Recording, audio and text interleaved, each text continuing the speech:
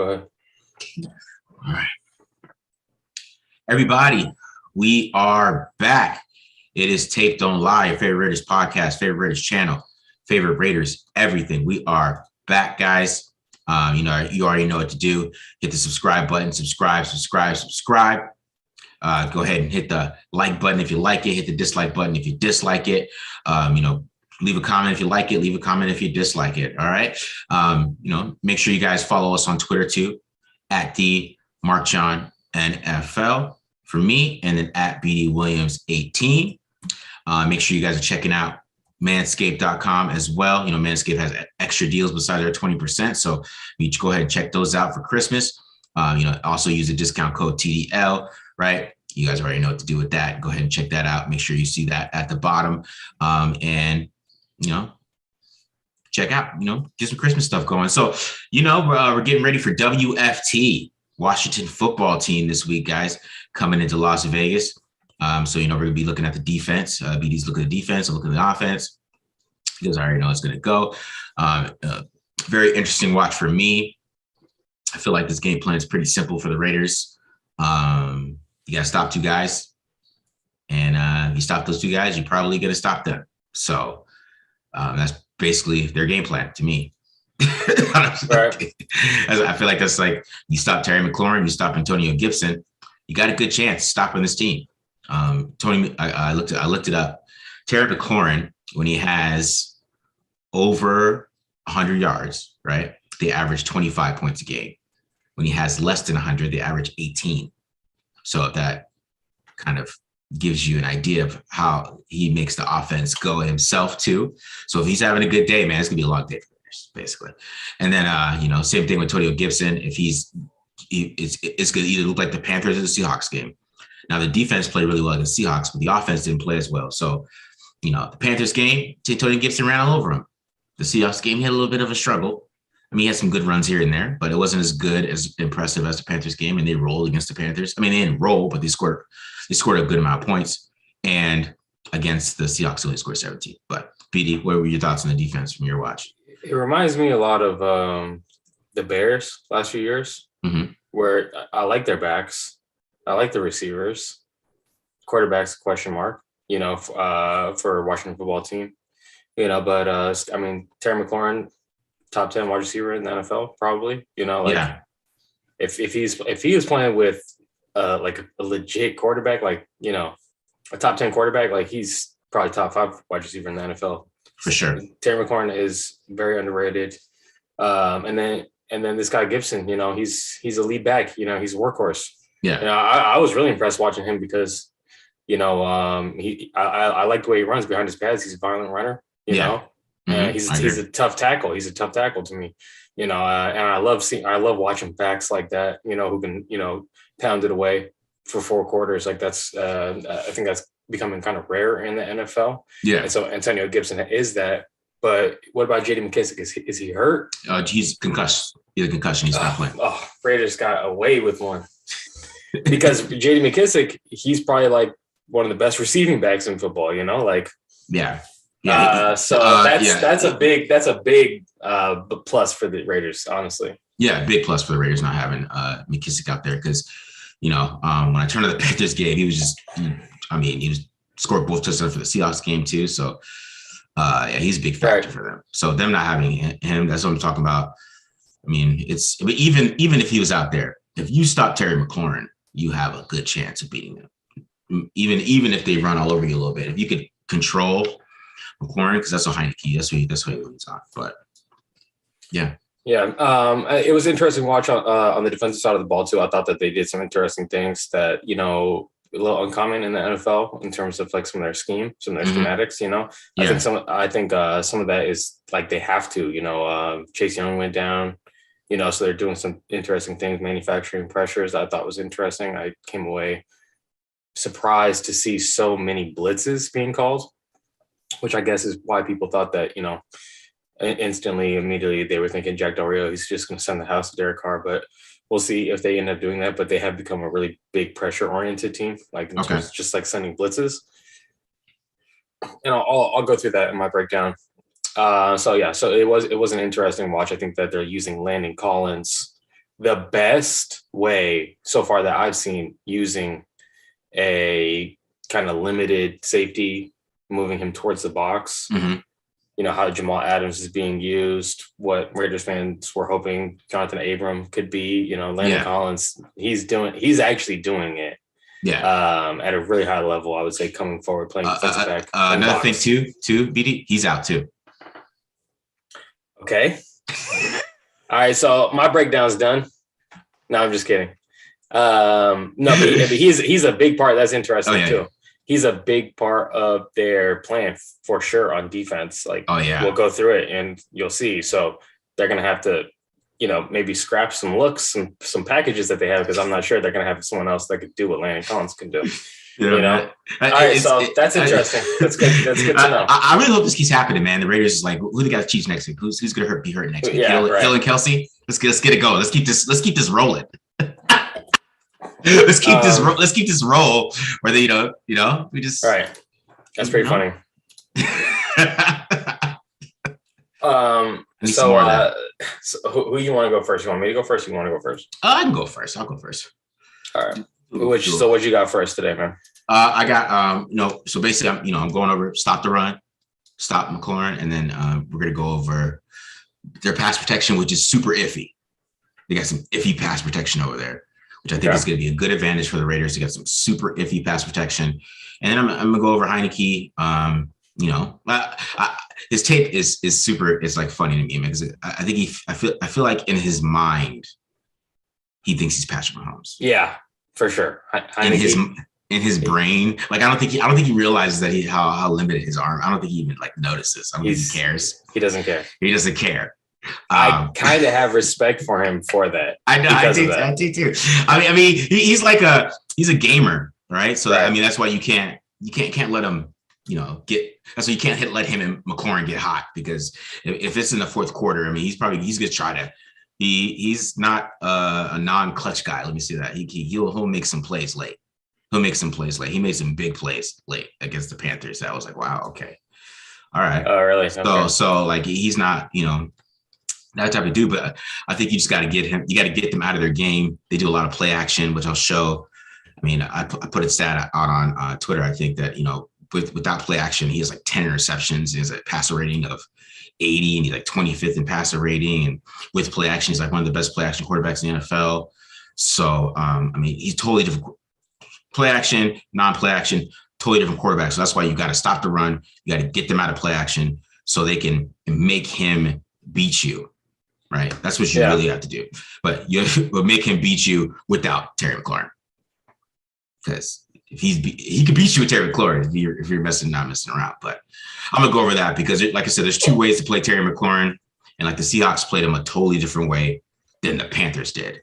And that's why the Seahawks were kind of able to control them and keep them to 17 points. Their offense just decided, yeah. Anyways, let's get into it. Let's get into it. Yeah. All right. Scary Terry. All right. You guys can see this, right? See it? Yeah. Go ahead. Right, cool. All right. So we're going to start off with stopping the run. All right.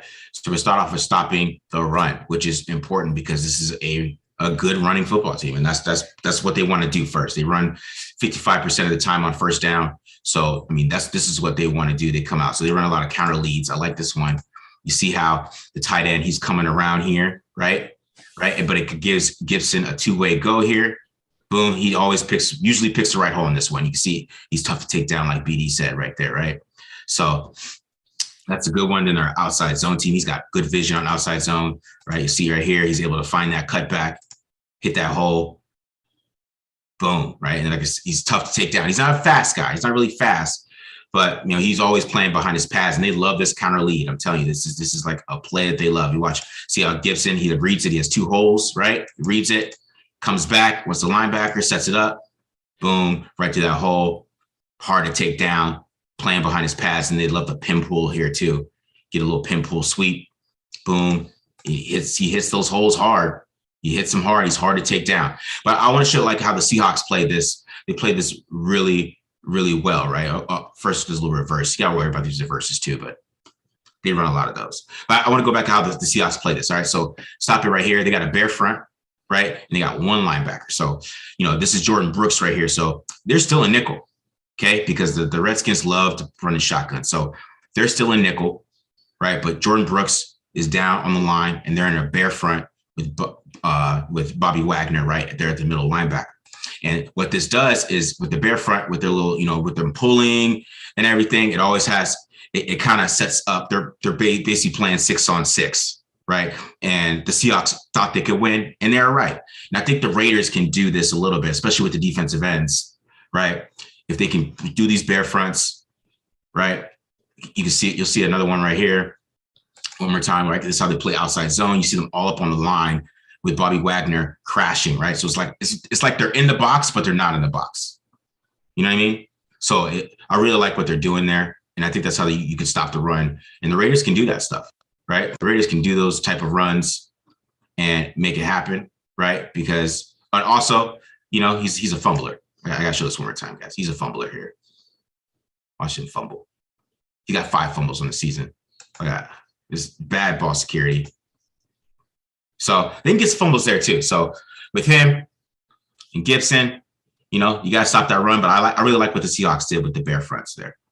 All right, and then stopping Terry, right? Stopping Terry, that's going to be a big thing for this game, man. I mean, stop the run, stop Terry. And if you're not doing those things, it might be a little bit of a long day for you, right? Because, like I said, 25 points a game, 18 points a game is a difference between him and 100 yards. Right? And they like to use him inside a lot. So, I mentioned this on Twitter. Nate Hobbs, he better have his Wheaties because they love to use him inside, right? And you see, if you're not guarding him, that's where Heineke's going with the football. You have to guard him. If you're not, if you're playing off like the Panthers did, they're giving these free releases. I don't know what the Panthers' game plan was here. I don't know. I guess they thought Jackson could just hang because he's so fast. But no, it's not going to happen. It's not going to happen. If you give him these free releases, he's going to do great things, and he's going to burn you all game long, right? Just like this one, like it's perfect. Nice catch right with his hands. This is beautiful. Beautiful stuff there from Terry, right? And, and the jump ball too, man. Like, people they get mad at me when I say Jay Jones needs to track the football. But watch him track this. Look at, he's got the man beat, tracks it, makes a play, jump ball. So, he's always open, guys. He's always open. And he went for 5 catches, 103 yards on the Panthers. Because I still can't figure. Come on, Panthers. Like, you got to know that he's their main guy. Because and the corner is playing back shoulder right there. That's ridiculous, right? It's just, I guess they weren't thinking Heineke's arm, but it doesn't matter. You know what I'm saying? Because Terry's gonna make it happen. It don't matter what his arm's like. He's gonna make it happen. He's just a dog. He is a dog. A tough player. He blocks too in the run. He's just a tough player, right? Look at that, just a beast. But if you take him serious, like the Seahawks did here, right? So, the Seahawks are in too high. I want to bring it back just a little bit. See, the Seahawks, they're in too high, right? They're playing a little cover 6. I might be wrong on that. But you see here, boom, Jamal Adams come and make that play. They're double teaming him all game. Look, stop right here. I'll stop it right there. Look at these guys. They're all over him. They're all over Terry. Like, you ain't going nowhere. You are not doing anything to us. And that's why he was held to 4 catches and 51 yards. And they only scored 17 points. But sometimes, he's just going to get you. As you see right here. Look, what I'm saying? Like, I got to think about it just a little bit. Get in your, your eyesight, have you commit. You're just nasty, bro. So sometimes it's just not going to happen for you. It's just not going to stop it, right? So, rushing the passer and Tyler Heineke, sorry. They have to get pressure on him. And I think they'll be allowed to with, how this offense, these pass protectors they got here, right? So watch this move from Taylor. This is nasty. Look at little ghost right there. But like I said, he's hard to take down. He's going to fight. Like, you got to sack him. He is going to fight. He's going to give it his all, right? Or he's going to get rid of the football. And like I said, he thinks he's Patrick Mahomes, so he's just gonna, he's just gonna flick it up in the air under pressure, right? And like I said, he's never gonna give up. He's not going to give up on anything. See, he had the blitz, right? Good job by 38, make him come back outside. He's not giving up. Sack, right? He's not going to give up. And I think like when he's running around like this and you got to kind of enclose in the pocket, right? You kind of see how they're like slow rushing him a little bit, the Panthers, right? And I have no idea how he didn't break his leg right there. But you gotta kind of stay in your lanes a little bit too. But sometimes he's just gonna get out. He's just gonna get out, bro. Like sometimes there's nothing you could do. He's just a little scrappy guy. He's just scrappy.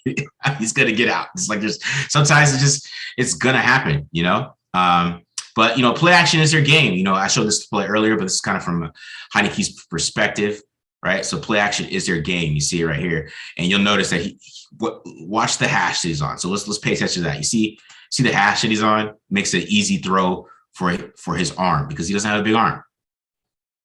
So it makes it a little bit of an easier throw for his arm if they keep him in the hash. And you'll notice here, right, they got the choice shallow here.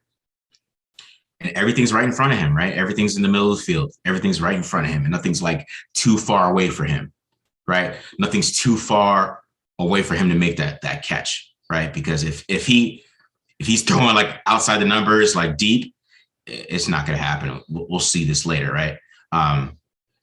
But, you know, and then you got a little play action here. Like I said, a lot of play action. Got a Yankee. And, you know, see how that ball just kind of floats in the air like that a little bit. This is pretty consistent on tape, that the ball floating like that. But they like to get the play action game going and keep everything in front of him. So, I mean, the best thing, in my opinion, you got to play a lot of middle of the field closed, right? I think you got to find a way to play a lot of middle of the field closed. I think the Seahawks did find a way to do that because you play a lot of this, the too high, a lot of stuff. I mean, when leaving the middle of the field open, he can tear you apart. I mean, he's not a bad quarterback, right? I mean, he's a top flight backup, what I would say, right? So, I mean, if you're playing a lot of too high and you're getting him in the middle of the field, it's easier for him to make that throw, right? And then sometimes, like I said, sometimes he's just scrappy. He'll just make plays, right? Look at that pump fake, you know, boom, right on the money, just making plays. That's basically Tyler Heineke. He just makes play after play sometimes. But I mean, but if you get him out of the play action, like I said, it's not going to be the greatest thing for him on pure dropbacks, right? And then, of course, this next play is just pure scrappiness. This is like I said, guys, he is tough, scrappy guy. Every time I watch him, I feel like John Gruden would have given him 3 years, $90 million. I don't know why. I just feel like he would have. I just feel like he would have given him 3 years, $90 million. For sure. Definition of a grinder here, Tyler Heineke. He beat Tom Brady. Yeah, he hung with Tom Brady in the playoffs. First start. Look at that. Just make it play. Look at that, scrappy, bro. Scraps and then get pumped. Look at that, pumping his chest. Toughness, right? But he throws a lot of floaters and he gets his wide receivers killed. So there's some times where like I said, the Raiders have to make him throw downfield and outside the numbers. So I'm gonna show this one more time. Look at this. I mean, he really has this window, right? If he had the arm, he could hit that. Bam, it's right there. Right before the safeties converge. But look at the ball just floats and all these guys, they get there in time, popped. Interception. Right? So, you know, he's gonna make the right read. Is he gonna be able to make the throw? That's the real thing with Heineke. You see it from here, like he has to put everything into it. And then if he doesn't, it's gonna be float. Right? Intercepted. And then one more thing, you know, Raiders corners have to do is never give up on a play. So if you get beat, like 23's beat right here, right? Ball's already in the air. He anticipated it well, but look, he has a chance to recover because it floated. Right? I'll show that one more time.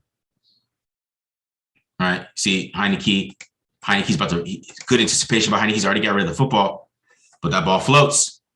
You got a chance, right? And here's another one. Here's another floater. He throws off his back foot.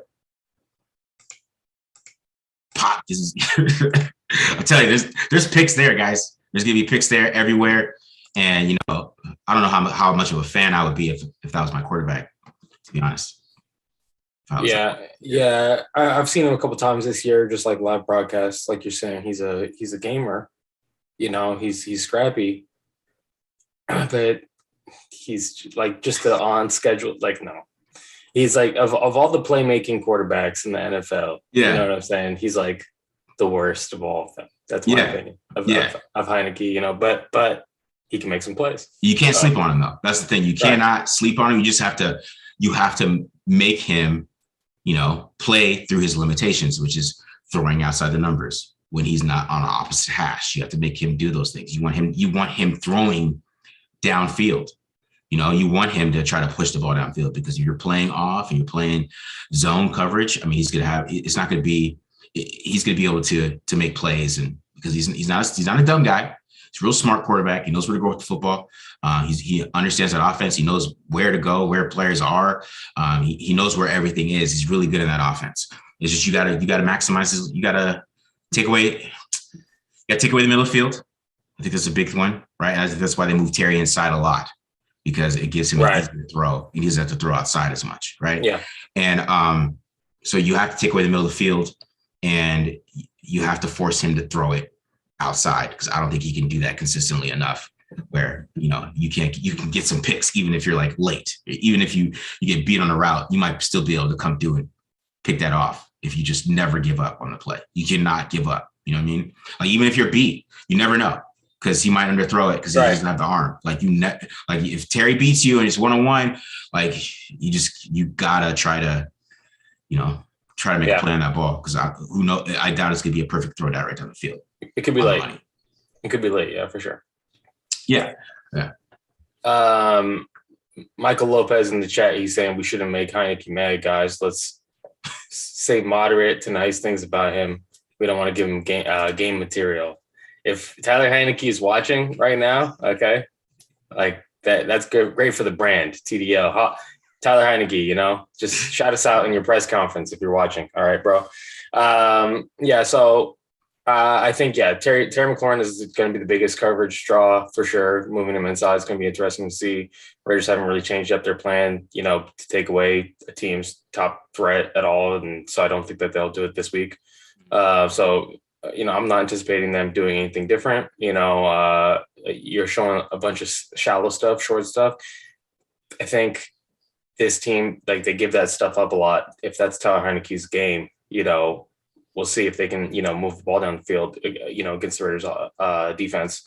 I'm hopeful that they just say, hey, we're not worried about getting beat over the top. Let's jump some of these things and get some interceptions, like you're saying. Mm-hmm. So we'll see. We have seen the Raiders defenders on the second level start to do that in recent weeks, like in the last couple of weeks, start jumping things where they haven't been. So it's a possibility. Yeah. And I don't want to say, I'm not saying that Heineke's bad. He just has limitations that are they're there. I mean, they're not something that you can. I mean, he can't hide them. I mean, I think he thinks he can hide them, but I think because it comes back. I think you got to play into his confidence, right? Because he's a confident quarterback. All right. I mean, that's the only reason he's even like being good at this level is his confidence in himself. He's a confident quarterback. He believes he's the best quarterback in football. So, and I think you got to play into that, because that's why he's throwing off his back foot. That's why he's like you have to play into that limitation, right? And try to force him to try to be hero man, because he's not a check down guy either. So I mean, he's throwing a lot of shallows, but they're designed, right? So like it's designed shallow. It's not like he's checking down because he wants to. Like that's gonna be a last minute thing for him, is a check down, or he's gonna try to make a play somehow, right? And that's when I think the pass rush is what's really gonna give him trouble. I think he's gonna be trying to bail and spin around and do all types of things, and I think they're gonna have a chance to get some strip sacks and some turnovers with him trying to do too much. It's a perfect week for Max Crosby, because I think Heineke's pocket presence is lacking. I think that there's gonna be times when he's gonna try to escape out the back of the pocket, like he's an elite NFL athlete. You know what I'm saying? I'll be very upset. I'll be very upset if he pulls that off. And if he does pull it off, it's going to be when Cleveland Farrell's in the game, not Heineke Ngakwe. Okay. He's going to pull it off a couple of times. That's the thing. You can't get too frustrated with it because that's the thing. He is. He's going to pull it off. I hate that. I hate seeing quarterbacks escape out of the back of the pocket. Yeah, if you're not Lamar Jackson, you can't let a quarterback do that. Okay. Because to me, like watching him, my confidence like is really he's like Baker Mayfield. If Baker Mayfield could like read coverages. He's like Baker Mayfield in college Baker Mayfield. Yeah, if Baker Mayfield could read coverages, like that's who, like if Baker Mayfield like reached his top level, like mind wise, the player he would be Tyler Heineke with the first round arm. That's what he would be. Yeah, just with a better arm. Yeah. Right. Yeah. But he doesn't have Tyler Heineke's mind, and Heineke doesn't have his arm, so like it's right. Doesn't work. Yeah. All right, let's jump over, if you don't mind. Let's jump over to the defense. I'm going to talk to you about their sub packages. Mostly, I think it's really interesting, some of the things that they do on the defensive side of the ball in terms of, just finding different personnel groupings that I think are a little non-traditional in terms of the NFL. So let's jump into it here. All right, so first things first, they get into the odd front out of nickel, and usually NFL teams are even front teams when they're in nickel, right? Here we go. We see Washington football team right here, almost like a bear front, but this guy's a two gapper on this tackle right here, right? And then we do have a three technique here, and so we have two gappers right here. So this looks like almost a 3-4 with this outside linebacker here, this outside linebacker here, but there's only one inside linebacker, right? So what do they do about that, right? They're going to bring in a safety at the last second and allow them to play single gap. And now this guy's Landon Collins is essentially playing inside linebacker in a 3-4, but they're doing it out of nickel personnel with a nickel out there and the strong safety coming down and playing linebacker, okay? So they do this quite a bit. This is their bread and butter play when they're in nickel, when they want to stop the run. They get into this odd front with one linebacker, and then you see Landon Collins back here, right, getting into the mix. We'll see what plan they have, who's going to do that for them, right? This is a great play. They get a 4-by-1 formation, so this is the fourth wide receiver. He's going fast out here. Collins knows he's not going to be able to get to them in time, so he bumps the linebacker out, and now Landon Collins is going to become the inside linebacker on this play. Okay, it's a great example of kind of the things that they do with Landon Collins and playing linebacker. So again, we'll see. Now, it's not just Landon Collins. Here's another great example. They get a motion from this number one wide receiver. He's going across the field, okay? So instead of this corner running all the way around the formation, he passes it off to Landon Collins, and now this corner becomes the extra linebacker, okay, in the front. All right, so let's see what he's got here. Number 23 runs through the alley, violent tackle, shoots his hips, okay? So it's not just Landon Collins.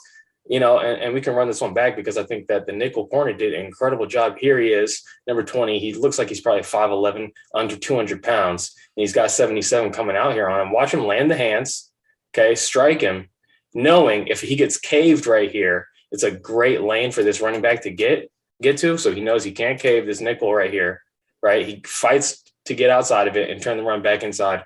Their secondary does a great job supporting the run, okay? Now, they also do an interesting thing where they'll play nickel, but instead of having a corner play nickel, they have a safety line up over the slot, okay? And they're going to get into some interesting looks here, okay? So right now they're playing, it's called special coverage. It's called stubby coverage. Cover 7, essentially what they're doing is they are going to lock this guy man-to-man. This safety is going to get over the top.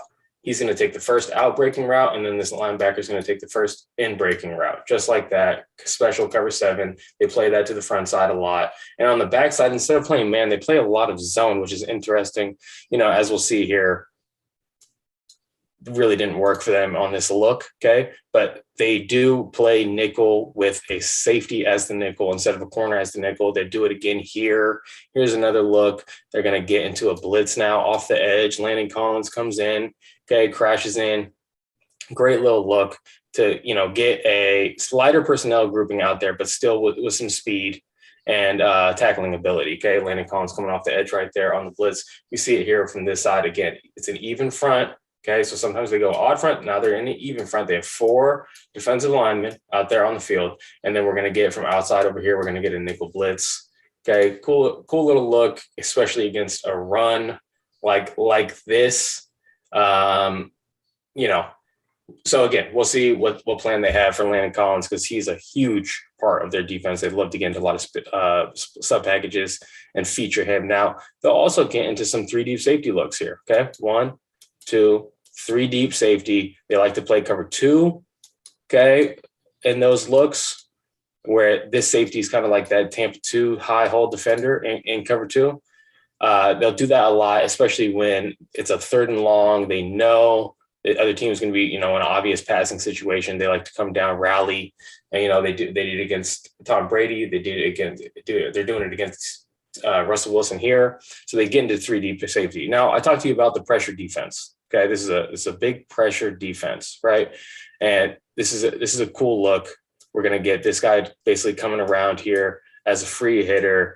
They do a really good job of pressuring quarterbacks and then taking advantage. When there is a ball floating around in the air like a duck, they do a great job also getting their hands on the ball. Here's another one, another little pressure look. They're going to come with a 6-man pressure. So all these guys are coming. There's only 5. There's probably only going to be 5 blockers in unless the back stays in to block.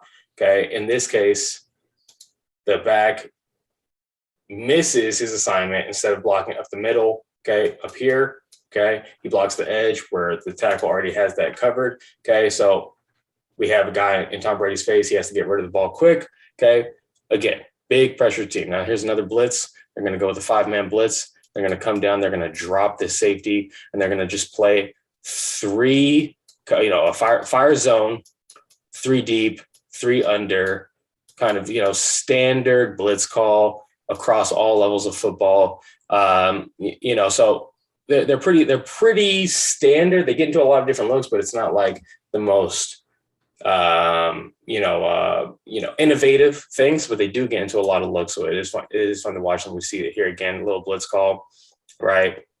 Corner does a great job breaking on that out there. And then, they can get, when they do just send 4, they can get pressure. Here we go. We see this guy walking this 3 technique, walking the guard back into Tom Brady. Tom Brady can't step into this throw, sails it, okay, right into the safety's hands, right? So they can get pressure with 4, but they like to get pressure with 5. Now, the one thing that I think is really interesting about them is, despite doing all these kind of, different things and unique things on defense, they still are a spot drop team. And spot drop just means these defenders are going to drop to an area of the field, right?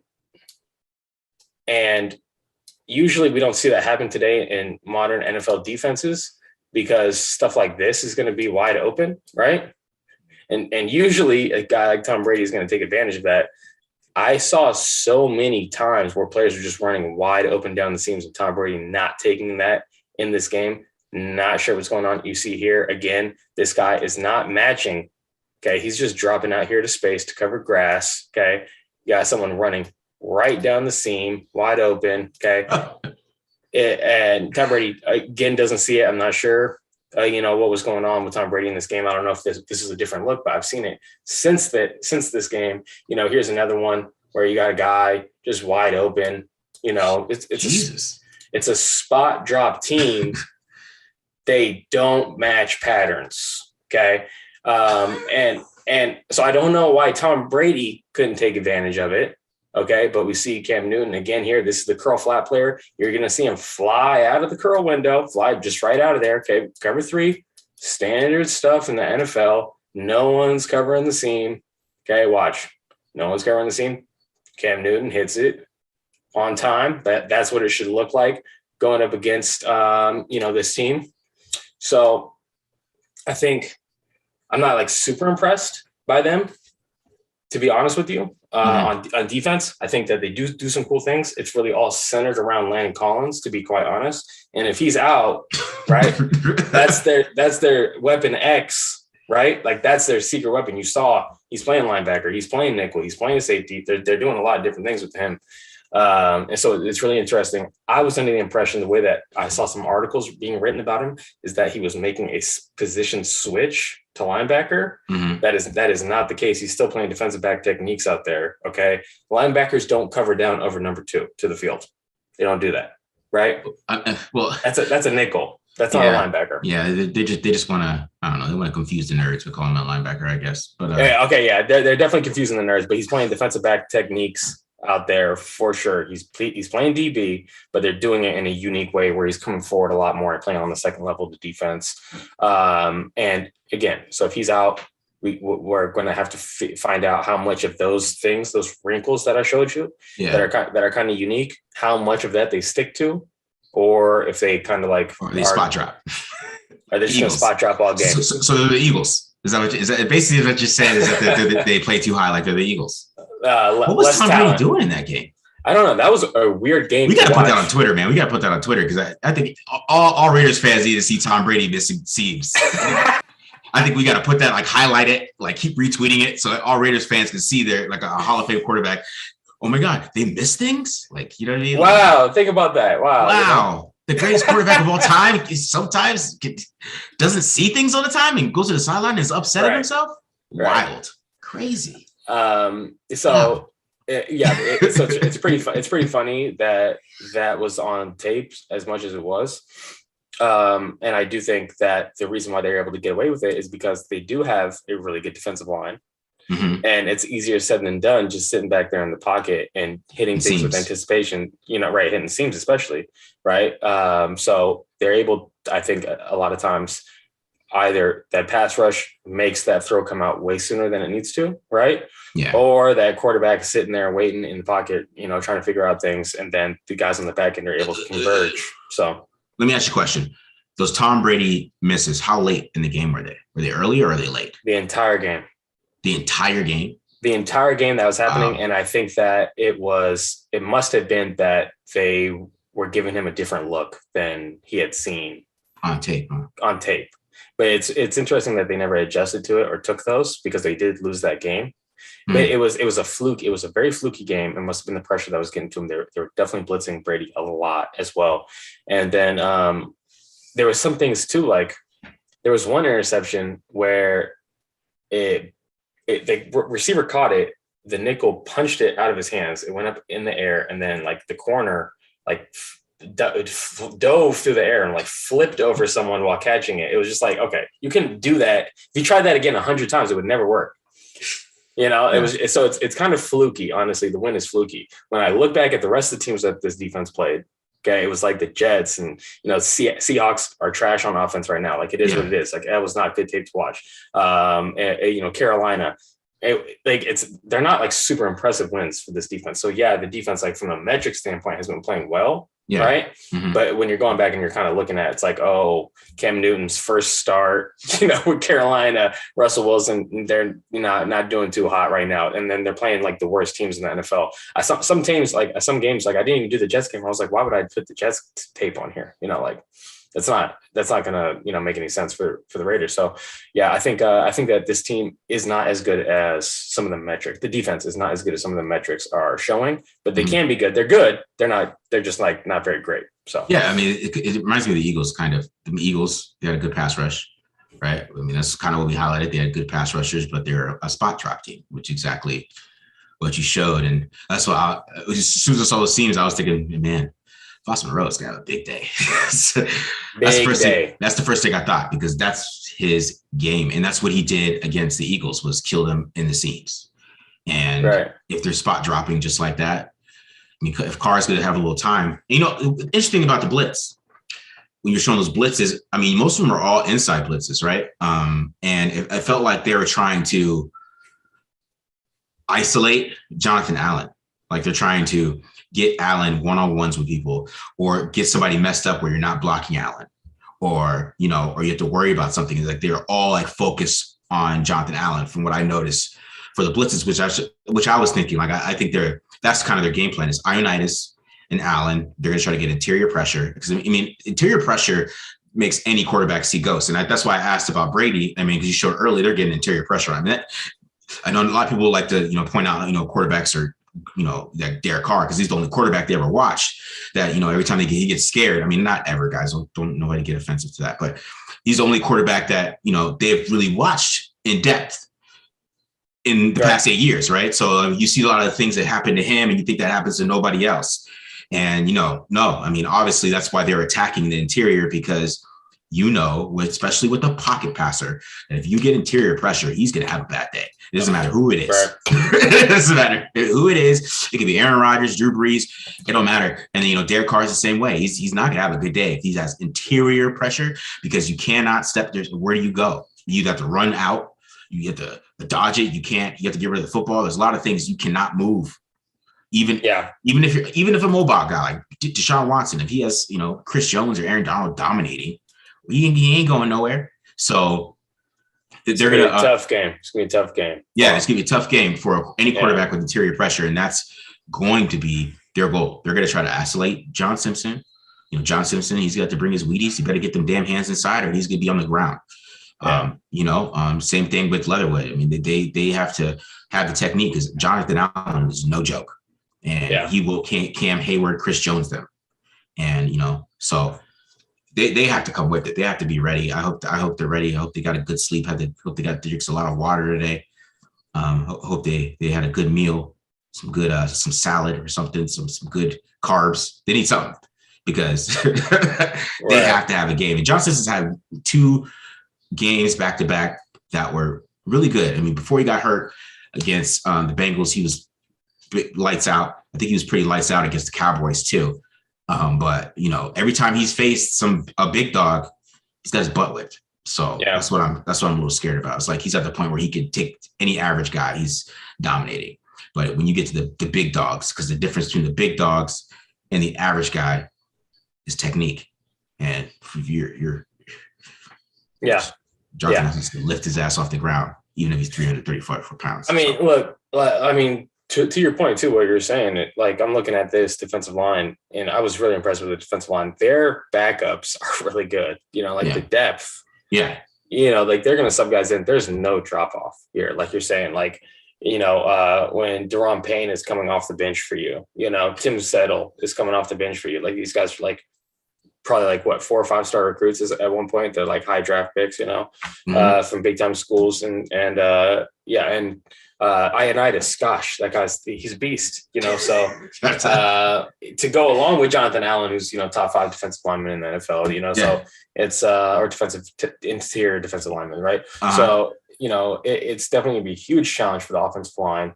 Those guys having to block up, just not even if they're doing anything tricky, but they do get into these fronts. They get into like a tight front, mint front, like stuff that you see in college. They get into a lot of those fronts. They're going to get into an even front. They're going to show blitzes. It's like it's a lot to process for sure. It's more volume than the Raiders' offense or defense by a mile. Yeah. So it's there's also going to be a mental side to picking up everything that they're doing, along with just winning against Allen or Ioannidis, which is easier said than done. Yeah. So hopefully Tom Cable coached them up this week, and got them ready, because I mean, that's to me, that's the game, man. I mean, that was the Chiefs game too. I mean, I still believe, that the Raiders, I don't know if they beat the Chiefs, but that game is really close if Alex Leatherwood and John Simpson show up. And since they didn't show up at that game, they lost, because Jerron Reed and Chris Jones ate those 2 guys alive, right? And that kind of messed that game up. And it didn't allow Derek Carr to start taking apart that cover 2 like they wanted to, because they're just sitting back playing cover 2, right? And, the beat cover 2, you need time to hit some of those deep routes. And John Simpson and Alex Leatherwood kind of just messed that whole game up, right? And kind of messed up that whole game plan. And the Raiders weren't able to adjust because of that. So that's what I'm worried about with this game. I feel like that's the main thing that could stop this offense is the guards kind of getting their butts whipped by some savvy veteran defensive linemen that are good players, right? And one's an elite player, Yeah. Right. Yeah. Definitely great talent on the back end. That's William McKenzie, the corner, 23. Right. Jackson. William Jackson. Sorry. Not the guy. Yeah. William Jackson, the corner. I was really impressed with him, just from watching some of the things that they were doing. Cameron Curl is another guy who's interesting. He's like a long defensive back, but they play in a lot of different places. He's playing sometimes plays nickel, sometimes plays safety. So I think they have good talent, like you're saying, good talent. But Bray's got to figure it out, right? Yeah.